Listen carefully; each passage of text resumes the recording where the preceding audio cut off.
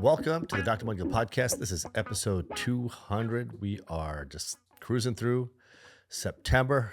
The grind is on. Kids are in school. Fall is in the air. Football season is in full force. It's a good time of year. The only thing I dread is the winter that's coming, but such is life. Just go through the motions here. First and foremost, this is our 200th episode of the Dr. Mudgil podcast, and it has been quite a run. It's tons of fun doing this. The format of the podcast has evolved a bit as time has gone on. It's pretty much like an interview-based format initially, but as we coursed our way through the pandemic was actually like a fun time for the podcast because we're doing a lot of Zoom podcasts, and I had a lot of I had amazing guests prior to that, but I had a bunch of amazing guests during the pandemic because I would just reach out to folks on Instagram hoping that they'd want to sit down for a chat, and all of us had more free time that year or so, and that was a lot of fun. And then as we came out of the pandemic, life got busy again, and we started doing more of this sort of like direct to camera stuff for the podcast, and I've actually enjoyed this quite a bit. We used to do a segment on our Instagram page, which we also would post to YouTube, called Thoughts of the Week. And it's kind of where I would just, blabber about what's on my mind. And that's kind of, this podcast has kind of taken the place of that. And I actually really enjoy it. A lot of like the reason why I do this is for, my kids one day or my grandkids one day having something to turn back to and say, that's what my dad or that's what my granddad was all about. And a lot of times I'm kind of like flushing out my own thoughts and, sort of the way that I view the world and interacting with the world has evolved through the years, all these gray hairs now. I find that I'm very much the same person I was, back in my teenage years even, but the things that, I've sort of embraced about myself through the years have crystallized and become a bigger part of me. And the things that, I've wanted to, parts of me that I wanted to grow or evolve or change or improve upon. My hope is that that's happening as the years have gone on as well. So anyways, thank you all for putting up with me and for listening to this podcast, which is something I very much enjoy doing. So let's get to it. Episode 200. So there was, because I post to social media a lot, I'm on social media a lot because I respond to comments and, I'll scroll a little bit when I'm responding to comments, etc. There was a post that I would see, over and over again, kind of, last week.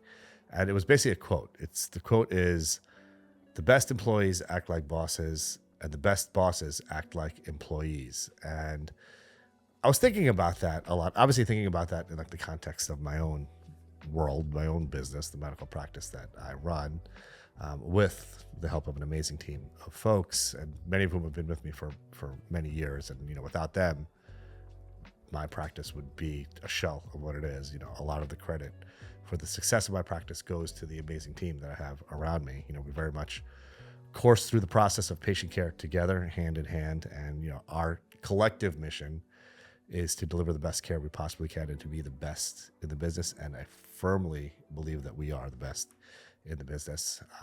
And I also believe that many of our patients feel the same way. We have entire generations of folks that we see.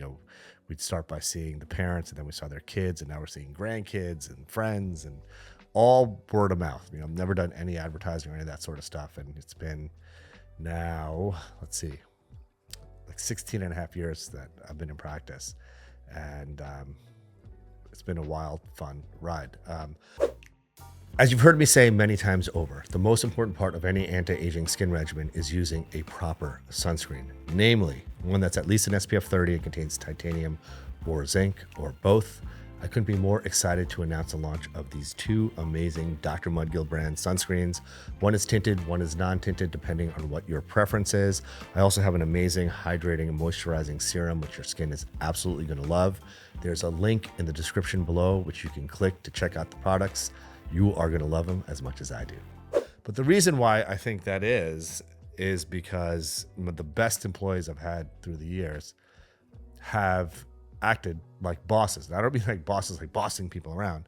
I mean that they had accountability. They had pride in their job. They had pride in where they were working. They had pride in treating our patients with kindness and with love and with respect. And, they very much were invested in the collective success of our practice. And, I also feel that, you sort of lead by example, right? So like, you can talk to your kids all you want, but what your kids remember about you is what you did, the way you interacted with other people. When they observe you in the world, that's what shapes who they become, right? And I think that's kind of the same thing, when you're quote unquote the boss. Folks kind of vibe off of how you are, how you treat your patients, how you interact with folks. That's what it's all about. You're not leading by telling folks, hey, this is how you got to do stuff. The best leaders lead by example. Like, hey, you act a certain way, and then you hope that through osmosis, folks kind of vibe off of that and behave in very much the same way, which is, I've been blessed that that's been the case. And listen, not everybody is like that, just like the world. There's some folks that, kind of vibe a little stronger with that sort of thing. And there's some folks who, it just kind of bounces off of them. But what I found is like the folks that really kind of share this same spirit are the folks that stick around, the folks that show up to work on time, and they stay as long as they need to get the job done. They stay with me for many, many years. And it's actually the best. It's the best thing ever, like working with a solid group of folks for many, many years. And the folks that aren't really, don't really have that mindset, don't really last very long. And, frequently when you look at the resumes of those folks who, haven't really thrived here, they've been like, their best resumes like working in a place for a couple of months, and, being on unemployment for a couple of months, and working in a place for a couple of months. And, they kind of bounce around as the same pattern of behavior that's like, evident in their resume. Whereas the folks that have, there's lots of, I guess, ways to develop that mindset. I find that folks that come from large families where like you're working as a team with your family are amazing folks to be around. Folks who played on a sports team, like a team sports